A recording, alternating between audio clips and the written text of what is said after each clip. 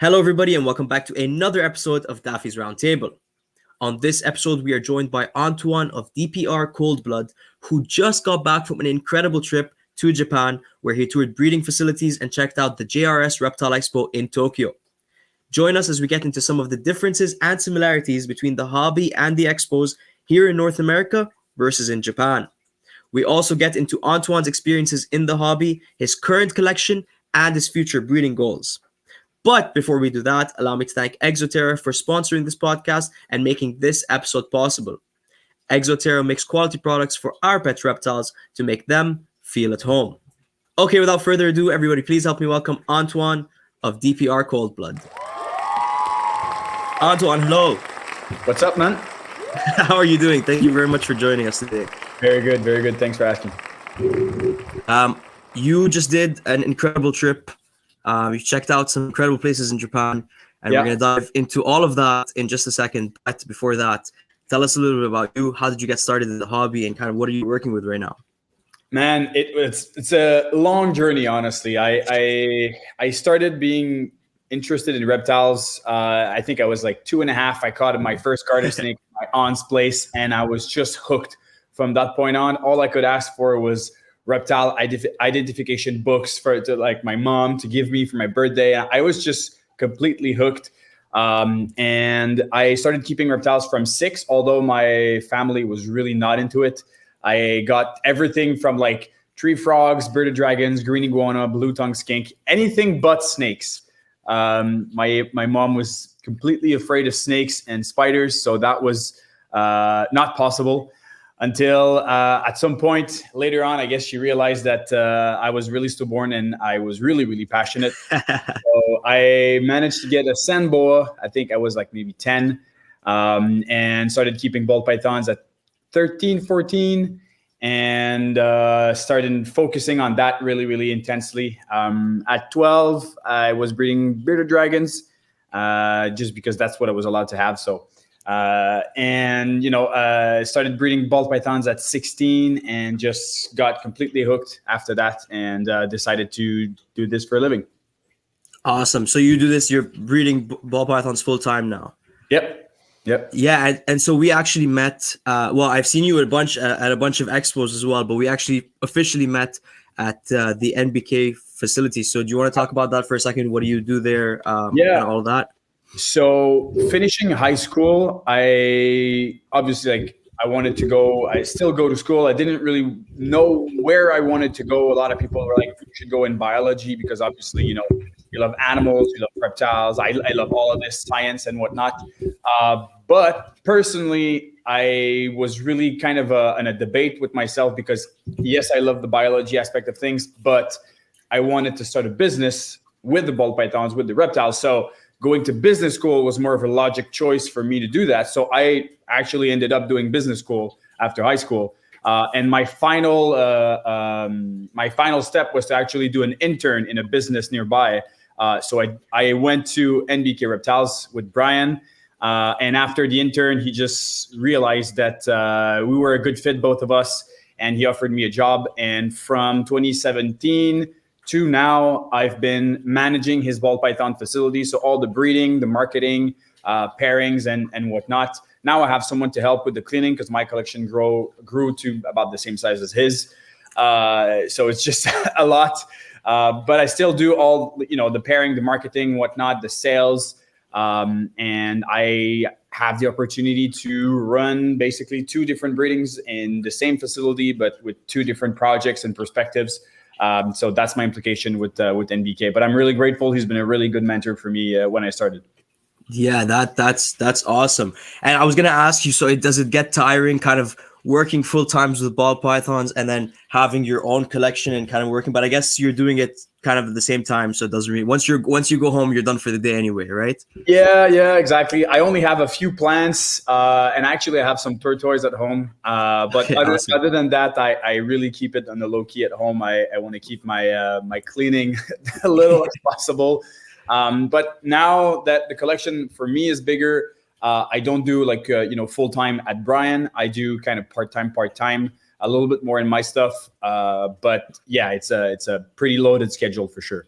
I bet. I think working with animals in general is always a crazy schedule, and then Right. like to do it running like working in a breeding facility, I'm sure is even harder.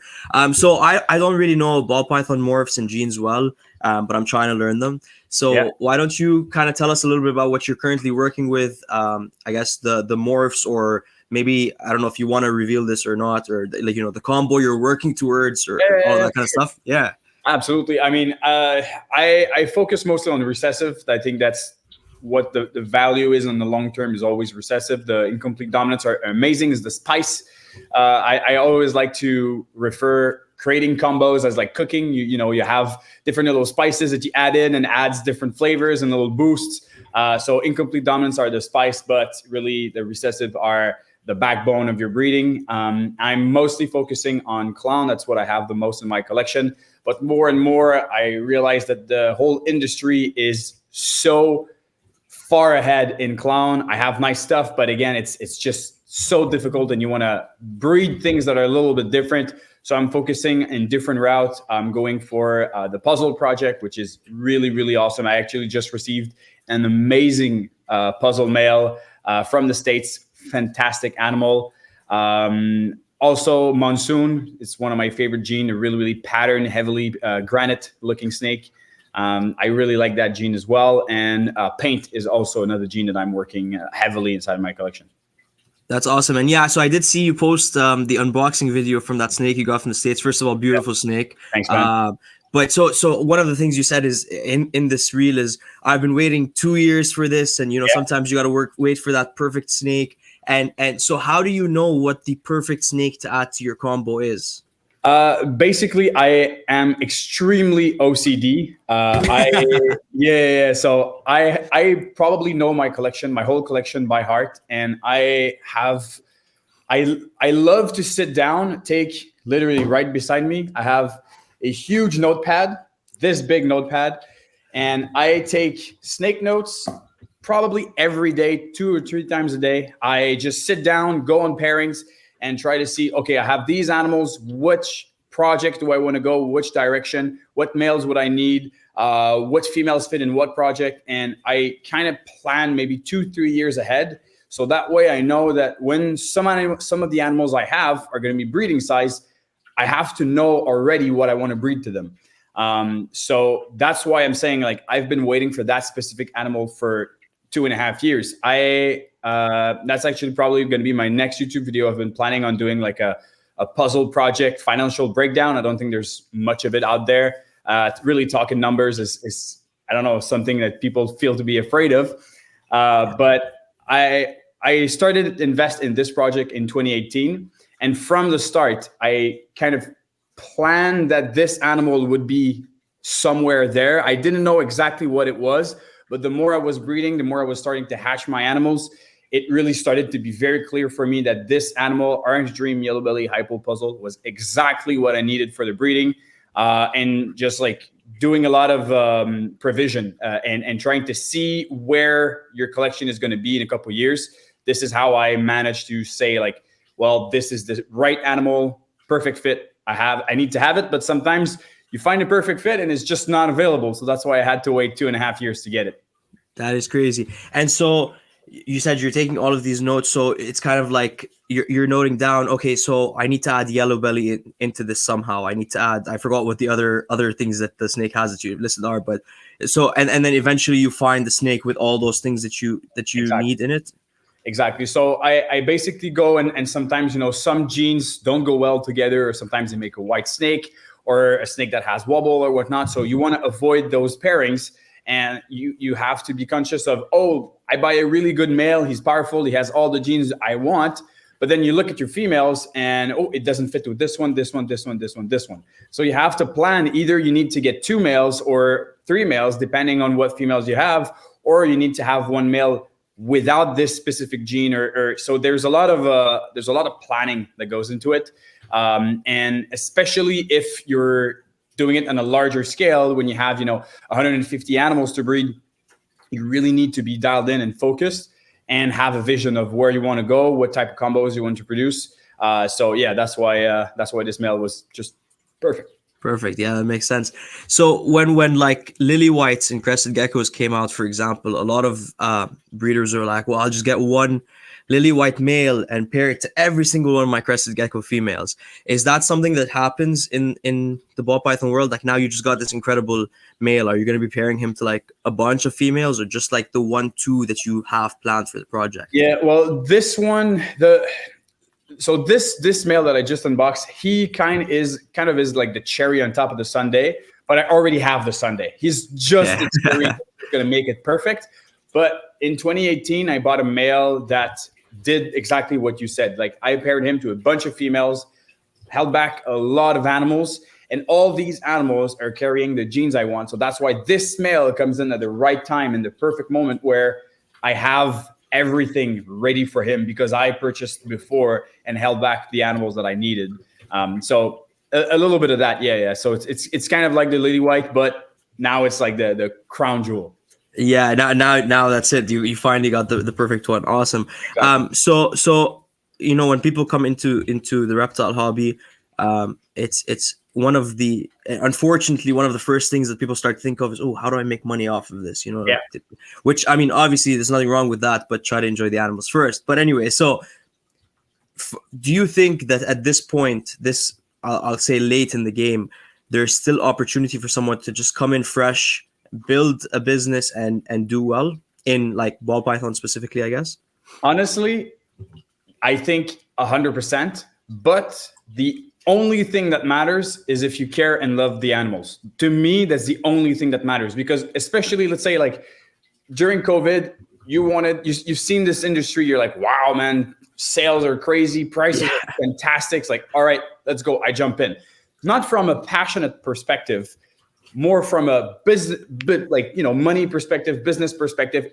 Animals are cool, you know, it is what it is, but the money is really good. Now that the money is a little different and you have to, you know, be creative to make sales and be, you know, you have to work harder to do it. If you're not passionate about the animals, it's just not going to work. So it takes so much time, really, like for someone to jump in and invest a lot of money, because ball pythons, the game is at such a high level that if you want to compete in a serious way, it's sad to say, but you need a lot of money to jump in. It is just crucial. And in order to get your money back, or starting to get some investment going back to yourself, not into your business or like personal return on investment, I always say you need between 6 to 8 years, realistically. So if you're not passionate about the animals, you're taking a big gamble for 6 to 8 years, putting a lot of money into animals that, if you don't really care about them, just don't make any sense. If you're really passionate, that's not spent money. You're just like, man, I have the craziest Pokemon card and I love it. I don't care if it gives me money or not. I have the craziest Pokemons in the world. I'm happy. That's how I see it. So if you're not passionate, it just doesn't work. Yeah, no, that's a perfect answer. That's awesome. And throughout this time period, so you said 6 to 8 years, how many generations can you usually go through? So like you know, you're buying that snake, you need to get the first clutch, hold some of them back, breed them to other snakes. How many generations are you roughly going through in those like 6 to 8 years? I think you really can start being creative and how can I say, like financially stable at the 3rd generation. Because the first animals you buy, you're gonna just breed them to make some holdbacks that carry a little bit of your vision. It's like the first baby step towards something you want. And then when you breed those animals, you know, you might hatch some of the first really, really cool stuff, some of the first visuals for your vision and whatnot. And then from those babies, the next generation, the 3rd generation, is going to be the one where it takes off. So if you have a plan, if you have your vision, you can build by adding those animals. And at the 3rd generation, you can distinguish yourself from other breeders if you've done your homework right and you're planning. And that's where you can really be profitable and really start to take off as a business. Awesome. Okay. So final question, and then we'll dive into your awesome trip. Right on. You know, if for people like me that don't, like, you know, I've been in the hobby for a very long time, but I've never really kept ball pythons. I do have two now, but I've never really kept ball pythons, and I don't understand the morphs and all of that. What is the best way, including the DPR YouTube channel, of course? What is the best way for people to learn, kind of dive into it, start to understand it? Is there resources that you recommend? That's one thing I realized. It is extremely complicated to gather all the information because there's so much great information out there, but it's just out there. You don't know where to start. Exactly. Oh, there's this bit of information that's amazing on this podcast at that time, or that channel has amazing information on these videos or whatnot. So personally, I think as far as the genetics and being mind blown every single time, Kinova's YouTube channel is the number one. It just shows incredible snakes week after week for the last 6-7 years. So Kinova is really, really good for getting to know what you like, seeing the potential in the projects. And then there's different channels that will, give you some tips, some informations and whatnot. But as any good business, if you see that there's a lack in something, you can develop something. So I'm just saying that in the next coming years, I would want to work on something that if someone said exactly what you just said, I want to get going, but I don't know where to look, what to look for, I'll be working on something for that. That is awesome. So make sure you keep an eye on DPR Coldblood's YouTube channel. Obviously, we'll talk about it at the end of the episode, but obviously link in the description. Go check it out. Okay, awesome. So you just went to Japan.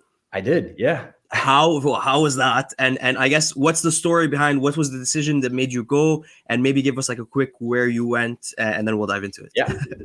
So last year, so 2023, early 2023, I started receiving. I've sent animals in to Asia before, but I've started receiving a bit poor inquiries over there and seeing a lot of the big breeders doing some big shipments to Taiwan, to Thailand, Japan, Indonesia, and I was like, those guys are buying a ton of animals. Their market is not anywhere near where ours are, and there's an opportunity there. There's something to do with that. So without revealing all of my secrets and all of the juicy stuff, obviously, like, I wanted to be part of it. So I was like, what is the best country to actually go? And last year I sent about 40-50 snakes to Japan, and I got a good connection, good vibe with one of the owner at DPR Reptiles. And I was like, are you down if I actually fly and come visit you guys and spend some time? And they were super responsive, like really, really excited for it. And they told me there was a show in April, the JRS Reptile Expo in Tokyo. I was like, you know what, might as well do it. Book the flight. And then couple days after, I learned that there's other breeders that are coming in at the same time. So that's not planned.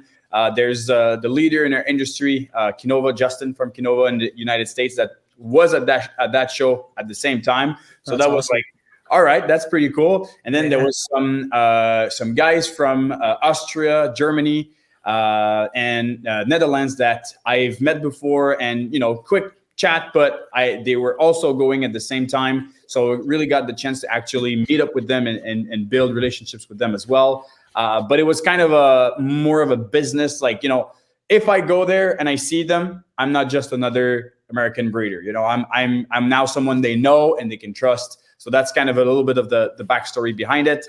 And then Japan is pretty badass, so might as well, right? Yeah, absolutely. Definitely on my bucket list to check out. I mean, it was on my bucket list to check out just as a country without all the reptile stuff. But now, after this episode, I think that might change. There's going to be a reptile trip too. Awesome. So did you... I know we spoke briefly before kind of about like locations and stuff. And I know that the Reptile Expo was in Tokyo, but I believe you checked out multiple cities as well.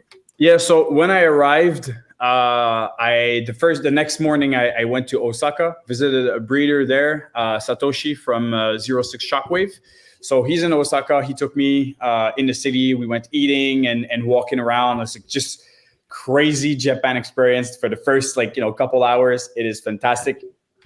So the first day I spent with him, we visited his breeding facility, did a YouTube video at his place, and fantastic to see how many animals from Europe and the States are over there. It is just crazy. They basically are, when we were talking about like that 5 to 8 years, they're probably at their 4th or 5th year. So like they're going into their 2nd generation.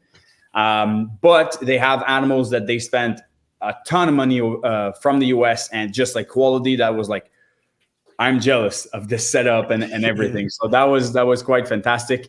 And then the next 2 days I was off, I went to Kyoto, which is obviously like, a kind of the ideal place in Japan. That was my personal highlight of the trip. That was my best time. As far as, I went there directly at the blooming of the cherry blossom. So just perfect timing. It's only like 2-3 weeks in the year. And that was exactly when I was there. That's awesome. And in Kyoto, it was just magical. Then I went back to Tokyo for the Reptile Expo. And it was fantastic to be at an expo that's not, Canada or the States or Europe, something that's, kind of all the same within legislations or whatnot. This was fairly different. Species that we have that are extremely rare or expensive, they have them for dirt cheap over there. So like shingleback skinks, earless water monitors,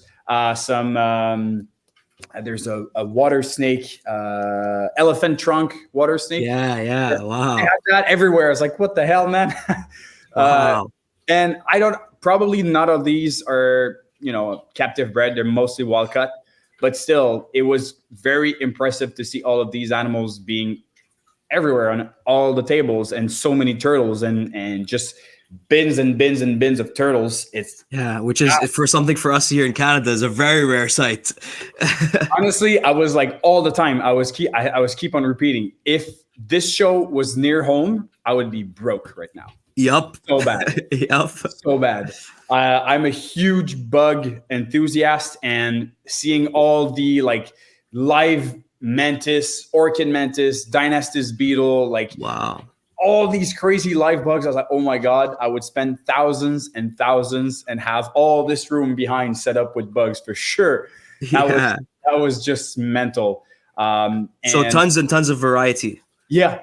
A lot of variety, but I have to say maybe 40% of the show was ball python. So that has the same thing as... Yeah, so that's just a worldwide thing. Yeah, it is a worldwide thing. So anyone dissing on ball python, I agree with you. When I go to a show in Asia, I don't necessarily want to see ball pythons.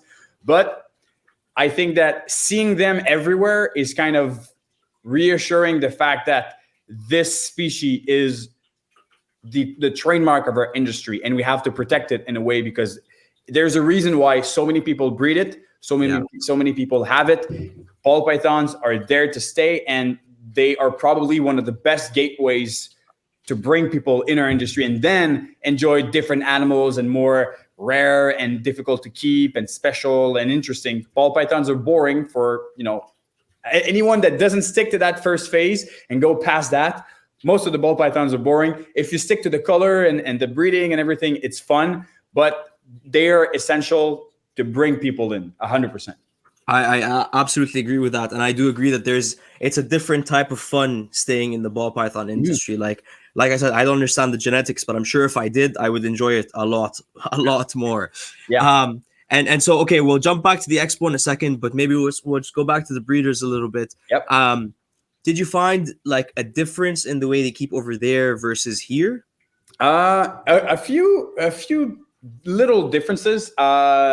First one is how insanely clean these facilities were. I visited basically 3 different facilities, Satoshi in Osaka, Do Reptiles in Tokyo, and Site B Reptiles in Machida, which is kind of a little bit outside of Tokyo. And all 3 facilities were insanely clean. Literally, like I could eat on the floor, no problem. Wow. Where, it's really, really impressive to see that. And a lot of guys actually there are not using bedding. It's mostly like on dog pee-pee pads. Okay, yeah. The bottoms. So they're using that. So a little bit of differences for this. And the very main thing that I see that's different is that they have ball python genetics pet stores. To me, it completely blew my mind. So you can walk in a store, walk in a basically kind of a part of a breeding, and having ball pythons for sale and t-shirts for sale and whatnot. It was just literally a ball python pet store. To me, it's absolutely insane. I was telling those guys, if when I was a kid, I could walk in a ball python pet store, they would have to drag me out of there every single day. It is just crazy. We have reptile stores, but not a ball python genetic store. Oh yeah, super specialized. And there's not just one. In Tokyo, I think there's maybe 5 or 6. It's crazy. Wow. So the hobby's very big over there then. Well, yeah. So yes and no. my understanding of it is that in Tokyo alone, they have about the same population as the whole Canada. So in a very small space, they have the same population of a whole ginormous country. So for them to have a very specific store, they can reach people that drive away maybe 2 hours. So having 42 million people 2 hours away from your store, even though it's super highly specific, it's not that much of a problem. If I open one in Montreal and we have 1 million people in Montreal, 8 million in Quebec, I'm far from what they have as far as reach and potential of customers. Yeah. So this is, I think here, that would be the biggest problem. Even if you open it in New York, it's still very, very specific for the amount of people you have. And I think that the good thing about them having that is that they can educate people very quickly. In the learning curve, exactly like you said, if I want to know more, where do I go? Well, if you're in Japan, you go there. You go there, yeah. You go there and you can talk to the breeder. You can see the animals you like. You can actually be reassured about, I'm spending a lot of money. Is this what I want? Is this is coming by shipment or whatnot? I have to pick it up at the FedEx ship center. It's stressful. And now you just walk into the breeder store. You can see what you want. He talks about genetics. He explains everything to you. You see the installation. You have that one-on-one connection. So that's probably the biggest thing that I come back from there. And I'm like, wow, this is just mind-blowing to me that they basically had that. And the running, they were selling a lot of the snakes that were there. It's not like they were sitting on, racks and racks of available snakes for months. It's literally like, oh yeah, we changed everything 2 weeks ago because we're empty. So it's mind-blowing. Guys at the shows, like 30 snakes sold and everything from 1,000 to 10,000 US. Like crazy. Wow. Yeah. When are we moving to Japan? Man, I don't know, but please, I still have all my yens. They're all right there. You're ready to go, huh? Yeah. That's crazy. What about so you said they're like super clean. What about super organized? I'm guessing better at keeping track of all the genetics as well, or do you think it's kind of the same thing? As far as keeping track, I think that's more of a type of personality type of thing. Right. Some people like to keep track of, I visited a guy, he kept track of the size of the rodents, the sheds, the poops, the everything. Wow. Personally, I don't do it. I think that it's just kind of wasting time a little bit. Like when you have so many animals and you stop at every little detail, how often are you really going to go back to how big was the rat? When did it shit? When did it shed? Like there's some specific moments where you want to keep track of shed, you want to keep track of food, but for the rest of the year, honestly, like you don't really need it. So I think that's more of a personal thing as far as how everyone keeps track of everything. I didn't see anything particular for that, but the main thing is really like the cleanliness of their facilities. Yeah, that's awesome. And so, yeah, you said, all of them were super clean. Was there differences between the breeders in different cities as well? I wouldn't correlate that to different cities. I would say that some of the differences is that obviously like it's a more temperate country all year long. So they don't have to have the same isolation where we have to, insulate every single piece of thing that right. The facility is in. They don't have that. Obviously, it gets cold, but it doesn't get as cold. Their main problem is mostly like humidity there for them. Yeah. Japan is a very, very humid country. So all the breeders, that's one thing that they were telling me. Like us, we struggle with dryness. Them is the complete opposite. And Do they have to run dehumidifiers? Yeah. Like they have 2 or 3 in each room. It's really it's crazy. Wow. Okay. But as far as different keeping methods, I think it just comes down to The individual. you'll visit 10 different breeders here and you'll see 10 different things. It was the same for me over there. It's just different methods for every single breeder. Yeah. And as ball pythons, was the general care the same? Are they feeding the same type of rodents? Are they kind of, doing the same things over there? Yeah, they're doing the same. It's mostly either rats, mice, or ASF. I'm kind of sold to ASF more and more. But Me too. they're fantastic. And yeah, so they're mostly on rats, but they're breeding mice and ASF as well. That's awesome. And maybe we'll take a quick intermission from Japan to quickly discuss that topic. I've just recently switched to ASFs and not completely switched. I'm still going back and forth. So why are you sold on ASF? Why do you think that they're a better? Yeah. Tell us your opinion. Like we always try to, for us personally, we always try to go like, oh, let me, eat the best food. Let me avoid, anyone telling you that they eat Big Macs every day, you'll definitely think that it's not healthy and it's not good for you. But, like we try to do best for ourselves, but then when it comes to the animals, we don't think about it anymore. Now, it doesn't make sense. So when you look at ASF versus rats, there's many, many, many different factors. And I think that to me, even one single aspect could win it all. But guess what? There's like 10 points. Just briefly, just a couple ones. First, if you look at a 70-gram ASF and a 70-gram rats, the 70-gram rats is very young. The bone structure is very weak. It's a young animal, still drinking milk. And where the ASF, they eat on their own. Their bone structure is different. They are way less fatty than rats. So it's like eating lean chicken meat versus Big Macs on that end. Then ASF smell way less than rats. Crazy. Yes. We have a huge rat facility. Yeah. It is quite something to go in there. It is what it is. ASF, much less than that. Also, ball pythons prefer ASF over rats 100% of the time.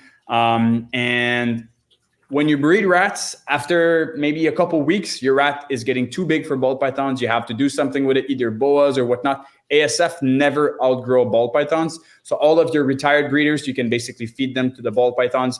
No problem. They never get too big. So you can have a colony that manages itself without having to, euthanize rats or sending to different breeders for boas or whatnot. So that can keep it for itself. And the ASF, basically, they need more proteins to thrive. So we feed them cat food, seeds, corn, and insects for the ASF, and with a variety of fruits as well. And just by having a rodent that requires all of this, that all the nutrients are way more than a rat full of Missouri.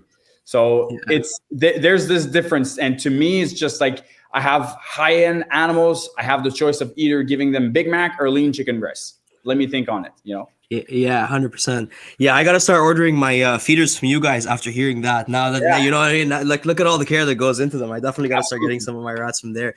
While I was at the facility, and then we'll jump back to the Japan trip, I promise everybody. Yeah, no. While we were at the facility, we were kind of, me and Brian were kind of talking by the, I don't remember if it was the rats or ASF, but he showed me a freshly newborn pinky and like the milk in the still in the stomach. Yeah. Can you kind of break down why that's important and like why you guys do that versus like when you don't see the milk or whatever? So the importance of the milk is it's a really like a little touch, but when you have your rodent breeding right beside your reptile breeding, you can take the pup or the fuzzy or whatnot that was drinking milk from the mother. So as you see, like you have the milk pouch on the belly and you see full of milk. When you take, let's say, rodents from another supplier and you want to have live fuzzies, They're going to take away the fuzzies, put them in a bin, drive to your place, give you the rat. And by the time that's happened, the milk pouch is completely empty. The baby has absorbed all of that and the calories are burnt and that energy is gone. But when you can take the fuzzy from the mother and directly feed it, all of those nutrients are still there at the same time. So it's just like a little thing, a little boost, a little kind of bonus that the snake has from having that rodent facility right beside the snake where you can directly take it there and feed it to your animals. I think that it just gives a little extra touch to it. Yeah, I mean the devil's in the details in reptile breeding, right? And that small thing could be the difference between your baby snake surviving and not. So that's fascinating. Awesome. Okay, so back to Japan.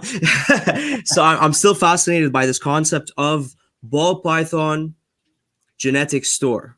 So maybe let's walk into one. So you walk into one. What do you see? Like just a bunch of cages filled with ball pythons. Is there like books and kind of like can you tell us more about the stores? Yeah. So basically, Japan right now, I think that their industry is maybe at a.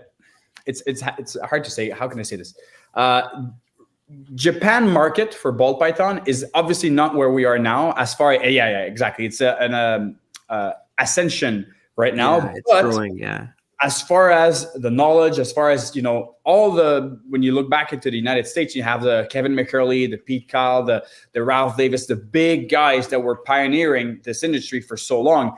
They don't really have that in Japan, and the knowledge, they don't have books, they don't have that much information. Some people are writing stuff that they have some like magazines, ball python magazines and reptile magazines that they have over there. But as far as books and information, I don't think that there's much translated in Japanese or written in Japanese there. But when you walk in, so basically you walk in the store, it's insane. You have like a button and the door opens. Of course. It's crazy. It's just a push and then you walk in and it's like racks with available snakes. And obviously all the genetics are written in Japanese, so I can't read anything. Right. It's not like an Enshi yellow-bellied clown. It's all symbols. Yeah. Now I know how to recognize clowns. So when I open bin, I remember what clown looks like. So that's good. Awesome. But, it's a completely different language. So you walk in and you see all the prices and the animals, and there's employees working there. And most of the time behind you have the breeding, either in a separate room or more at the back of the store, you have the breeding. And yeah, it's just like exactly like you would walk into my facility and have a couple racks of available snake, but basically you just walk into my facility. I'm imagining like an Apple store for ball pythons. It's just completely crazy to me, man. And it makes me think, even the way they were doing the reptile shows for the ball pythons, like they're very, very conscious about like the branding. It's not just, oh, I'm a breeder, I sell my snakes. No, they want to build a brand. They want to build a name. It's like you said, it's like an Apple thing. And I think that what we have more in North America is mostly breeders with a collection. It's not like a brand there's one guy that's doing that as a brand. It has become a brand, Kinova. He's a brand. It's bigger than him now. But I think that what they're trying to do is something similar to that. And they display very little animals, like not many animals, but in big displays and a lot of nice lighting setup. Like everything is on point. Yeah. Perfect setup, perfect everything. And I think that when you go to shows like Toronto or Tinley Park or Daytona, it's mostly like a table crowded with ball pythons, and it's just everywhere, and there's so many of them. Over there, it was kind of a different vibe for like the leader, like the biggest breeders. It was mostly like you walk in, there's fewer ball pythons, but the accent is on the quality and the nice looking snakes. It's not animals that they have produced themselves. They mostly imported them from either Europe or United States. So, they already want to sell the top end. So they are buying from overseas, but they're still displaying them the right way. Everything was not crowded and packed. It was just like nicely displayed and clean. Yeah, that's awesome. And so you mentioned a lot of them is brought in from Europe and from America, and is that the case at the expo for most animals, or was it specifically the ball pythons? I think as far as breeding, from when you walk to a table and there's 85 different species, I can tell you the guy's not breeding. Yeah, for sure. It's easy to tell. Like no one breeds 85 different species and bring one or two of each. Like it's just nah. From what I was seeing, the species that were bred were like ball pythons, leopard gecko, crested gecko, fat tail gecko, and that was pretty much it. The rest, I think, the rest was mostly imports. Yeah. Okay, awesome. And you mentioned earlier, you walk into the to those stores and you can't really read the names. Was it like that at the expo as well? Was it like, did you have the same thing? Yeah. Okay. So many pictures, and I'm like, screenshot, translate, look. Oh, it is. All right. All right. Cool. Yeah. Do you know if they had any restrictions at their reptile expos, or like, did you see any venomous species? You already mentioned tons of bugs. There was no venomous animals. I don't know, honestly, as far as restrictions. And the problem is that, you walk in there and there's a couple people that speak English, but that's kind of it. That's it. Yeah. And then obviously, like, you want to talk, you want to exchange with the breeders and whatnot. And it's just so complicated. They have the job to do, they're selling. So you don't really want to take their time and on Google Translate on your phone, hey, read this, and all right, and it's just like it's busy for them. So the one thing that's kind of a bummer is that you don't really get the chance to interact that much with the people there. So there are a lot of questions that I would want to ask. I'm still unanswered. I'll have to go back and work on the Japanese. That's exactly it. That just means another trip next year. Hopefully. Are you already planning to go back again? Yeah, I'm planning to go back next year. Yeah. You loved it that much. Yeah. So there's a couple of reasons behind it. I think that even like for the other breeders from Europe that I met over there, that really, really like created good friendships with them over there, we were all really impressed by the enthusiasm of the community over there. Like you walk into a show in Toronto and you share, like you show pictures of your nicest creations and people are all like, nice, good job, man. Cool looking snake. You go there and you show them your like cool hatchling and they're like, oh, what? Insane. And they just lose their mind. And they're all so excited to be part of this that for us, it was like, kind of I went back to the facility and I've worked for like 4 days straight cleaning and I just like super pumped about all of this. You're inspired again. Exactly. All of this energy and that community is really, really, really enthusiastic about what they're doing and the future of it. And they all really care about where is Japan going as far as ball python breeding and reptile keeping. So that's why I want to go back again and just like, make those bonds stronger with the breeders I've met and just go again at the expo. And they're really like strong on gifts. Like you walk to a table, you just have like, take a couple of pictures, you say like, oh, nice animals. And they give you candies and whatnot. So like, it's crazy. Like I have so many little gifts and food and things that they give you. So I want to go back there and kind of give back a little bit and have that, second Japan experience. And next time I'll go with my girlfriend. She was really jealous of all the sushis and the ramen I ate over there. So the next time I owe that to her. So I have to go back with her again. For sure. Maybe this just becomes an annual trip now. Who knows, man? Japan yearly. Quite honestly, like it was really expensive. Don't get me wrong. Yeah, for sure. But definitely worth it. Like it was an amazing show. And the cool thing is that one of the breeders that I met is probably actually, well, we're talking about it, but he's going to the CRB this year. He's coming to visit. Nice. Okay, that's awesome. Yeah. Well, let's talk about that off air afterwards. That's awesome. Okay. Yeah. This is one of the awesome things about Reptile Expos and about YouTube and about the community, and like now you're building the bond with them. Now you can go over there, they can come over here. We're just tightening the reptile community in the world now, not just in Canada or in the States or wherever. So one of the first things you mentioned is like the things that we found super rare here were super common over there. Did you find any species that we have very common here that are kind of rare over there, like the flip of what you said earlier? pythons. That, as far as good genetics, Really?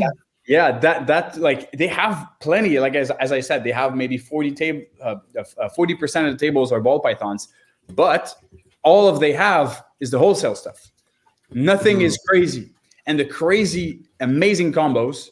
That's what they're looking for. That's why like they're contacting us and they want to buy it from us, and they're like super enthusiastic about this because the crazy stuff, that 7 to 8 years generation, that third generation thing, they don't have it. So that's what they want already. So that's one thing they didn't have. I didn't really see any corn snake, which was kind of surprising. Interesting. Absolutely, like like you've seen the facility, we have a lot of corn, scaleless corns, and Mexican kings and all this. Colubrids, not that much. Surprisingly enough, a lot of fat tail geckos, a lot of leopard geckos. I haven't seen one single bearded dragon. Really? Yeah, not a single Interesting. Yeah. So like just different availability. It was kind of weird. Yeah. Honestly, a crazy amount of aquatic turtles. Crazy amount. I wish we saw more of them here, honestly. Like every table had maybe 20, 30 different species. It was I assume is the weather good year round there? There's winter over there, but depending on where you are in Japan, some parts you'll have just like maybe -1 or 2 Celsius in the winter. So I wonder if maybe a lot of these people are keeping outdoors, and maybe that's why turtle keeping is more accessible there. What about frogs? Did you see dart frogs, Pac-Mans, that kind of thing, or not really? I saw a little bit of frogs, but I don't remember seeing any dart frogs, any Pac-Mans.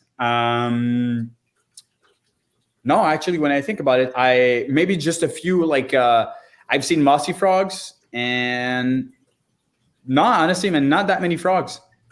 Wow. Yeah. See, like the difference in what people are keeping is fascinating. And I'm sure the frogs that they did have were maybe like stuff more from their area, I guess. Actually, I took a picture. I remember I took I don't know. I have no idea of the species name, but there's kind of a desert frog. They have like the mean grumpy faces. There's mean of those frogs. I don't know if you know what I mean. I think I might, but send me the picture afterwards. That's a tiny round frog with a small mouth, and they all like look mean and whatnot. And they had that over there, and it's the first time I've seen it. It was like, that's so crazy, But no, it was just different stuff, and that was really interesting. That's really cool. Yeah, I'm sure it was an awesome time. Were you able to? I don't know. You've mentioned you've sent animals there before, and maybe after I asked you about the availability, you said ball pythons was the least available. So maybe you didn't want to do this anyway. But were you able to purchase animals and bring them back if you wanted to? That's one thing. Like even though it could be possible, I don't want to deal with it. Yeah, it's too much. Like I would love to. Honestly, probably the main thing that I would have bought is insects, and we're not allowed in Canada. So that would be like. Actually, I visited I posted this on my personal Instagram, but I'll send you the video. But I visited a live insect pet store in Tokyo. So it's just a tiny store, and they have so many live insects, mantis, like I said. And they have I gotta go to Japan. Dude, it's crazy. And they have like huge like racks with drawers full of pin insects with all the little prices, and you can make your own box and buy whatever you want. And you can buy live insects and all like insect books and identification and whatnot, and not like tarantulas, purely insects. And they had like cranking machine where you have like different little toys inside, and it's like high quality insects that you assemble. It's crazy. Okay, so far you've had ball python store, you've had insect store. Was there any other really cool stores that you checked out? Like it seems like everything's super niche down over there. I wasn't there for long enough, I think, to. Yeah, for sure. How long were you there for? 12 days total. Okay. Yeah. I feel like you'd need like at least a month to get to see everything in Japan. 100%. But with a large ball python breeding, it is really complicated. Yeah, you know, for sure. Yeah. Can't be away from the animals for too long. I think that's just, you know, reptile keeping in general. We were all like, Yeah, okay, my absolutely. max amount of time that I can bring somebody in to, Yeah, to take care of the Yeah. animals. Yeah, That so I've sent it to you on Instagram. awesome. Thank you very much. That's awesome. And so okay, so maybe we'll start wrapping up on these like set of questions. First of all, if you were to like kind of change something in the reptile keeping here in Canada to kind of mimic it more to what they do over there, what would you do? Or what would you say? That's a good question. Something honestly, like I really like the fact that they seem to have a very strong community altogether. I feel like personally, you know, we go to expos, we love all the breeders, we have a good time over there. But when you go back to our places, we're far from each other, and it just like, you know, it is what it is. But over there, even like I follow a lot of the guys afterwards, and they are always together. All the breeders, like they share their passion because they're close and they see each other all the time. So that's one thing that I think. Obviously, like around here, we don't have that many breeders, and even in Toronto area, you know, they're maybe a bit more and they're closer. But that proximity of so many people living in Tokyo is really bringing their community stronger. And I wish we had that here in Canada. I 100% agree with you, and I do wonder if you know, you're right. It is more people in a smaller area, but I do also wonder if it's distances as well. Like, is Tokyo and Osaka, like how far are they? So driving 6 hours if you take so it's the same. Montreal and Toronto, yeah. But they have the bullet train, which we don't have. Okay. So like the high speed train, and that takes about 2 hours and a half to go. Wow. That's really, really good. Wow, that's a huge difference. Yeah, I wish we had that too. You can just go into the train, pop your computer, start working, and boom, you arrive. Now we have to take our car and drive our ass to Toronto, and it's a pain in the ass with a 401.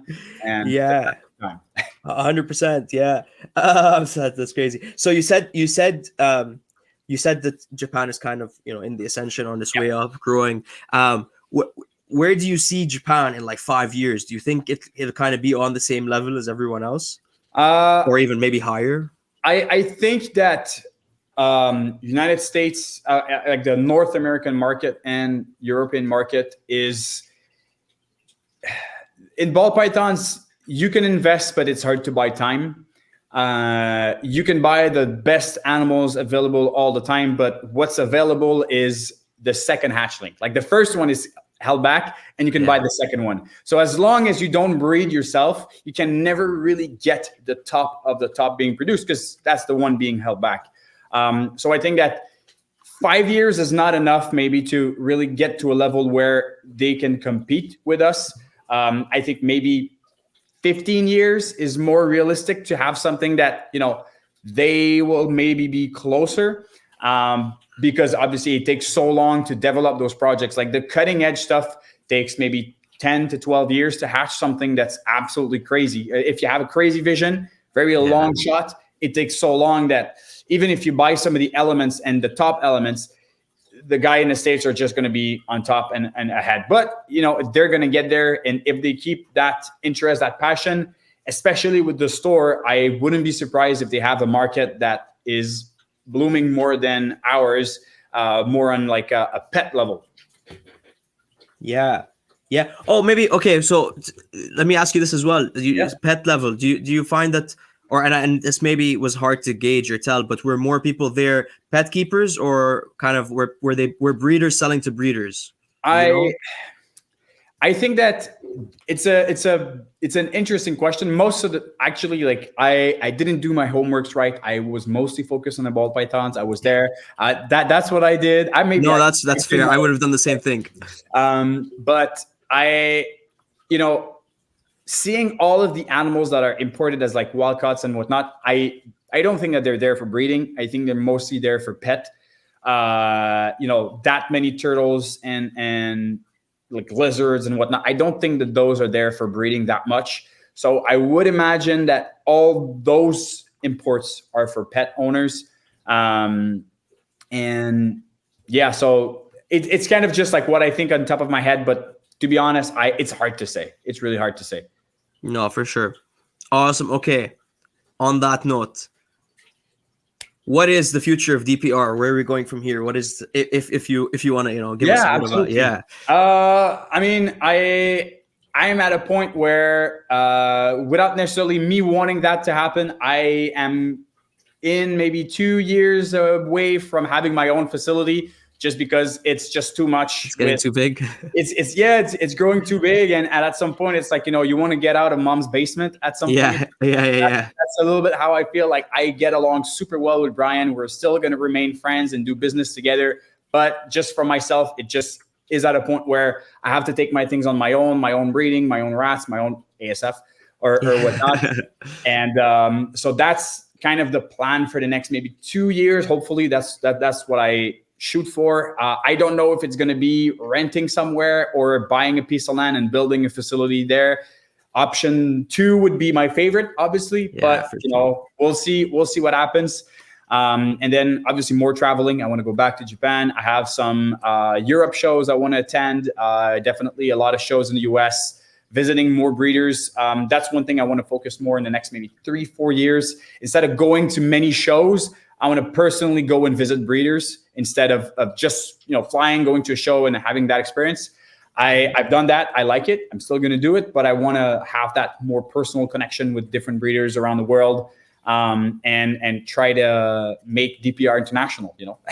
Yeah, no, that's awesome. That is incredible. I look forward to seeing it, and fingers crossed that when that facility, that facility comes together very nicely, and then I'm going to come down and visit you as well. Absolutely, I would be more than pleased to have you over, man. Thank you very much, man. That would be awesome. Awesome. Okay, so Antoine, let everybody know where they can find you online, and of course all the links will be in the description, but let them know. Absolutely. So very active on YouTube, posting every week. I also have a YouTube channel in French, but I honestly haven't been posting on that one that much in the last 6 months, but it's there also. Instagram and Morph Market for available snakes, and that's mostly where I am. I focus my energy on Instagram and YouTube. Really, that's the 2 big things. Awesome. And like I said, all those links will be in the description. And by the way, soon enough, you may not need to do the French channel anymore, because it looks like in 2024, YouTube is going to roll out a dubbing feature. So every video will be available in every language. I don't know how well it will work, but we'll see. I'm looking forward to it. But that would come in handy, because I want to start one in Japanese. So there you go. Yeah, I want to do one in Arabic, man. And like, I am Arabic, but my Arabic is not that great. So I'm like, this solves all my problems. So we'll see how it goes. Yeah. For me, in French, I don't have any problem. French is my first language, so that's all good for me. It's just time. It's just time, man. Because I don't do the same videos too at the same time. Like, just a little. I don't do in English. I mostly do very how can I say, very deep detailed details on strategy and whatnot. And in French, I try to go how to breed, what to look for, what's the best rack, how to keep, how to feed, and just more generic. And then maybe later on do more of a specific thing. But it was just 2 different things, so just a lot of work. No, for sure, it takes a lot of time, and yeah, no, I do, it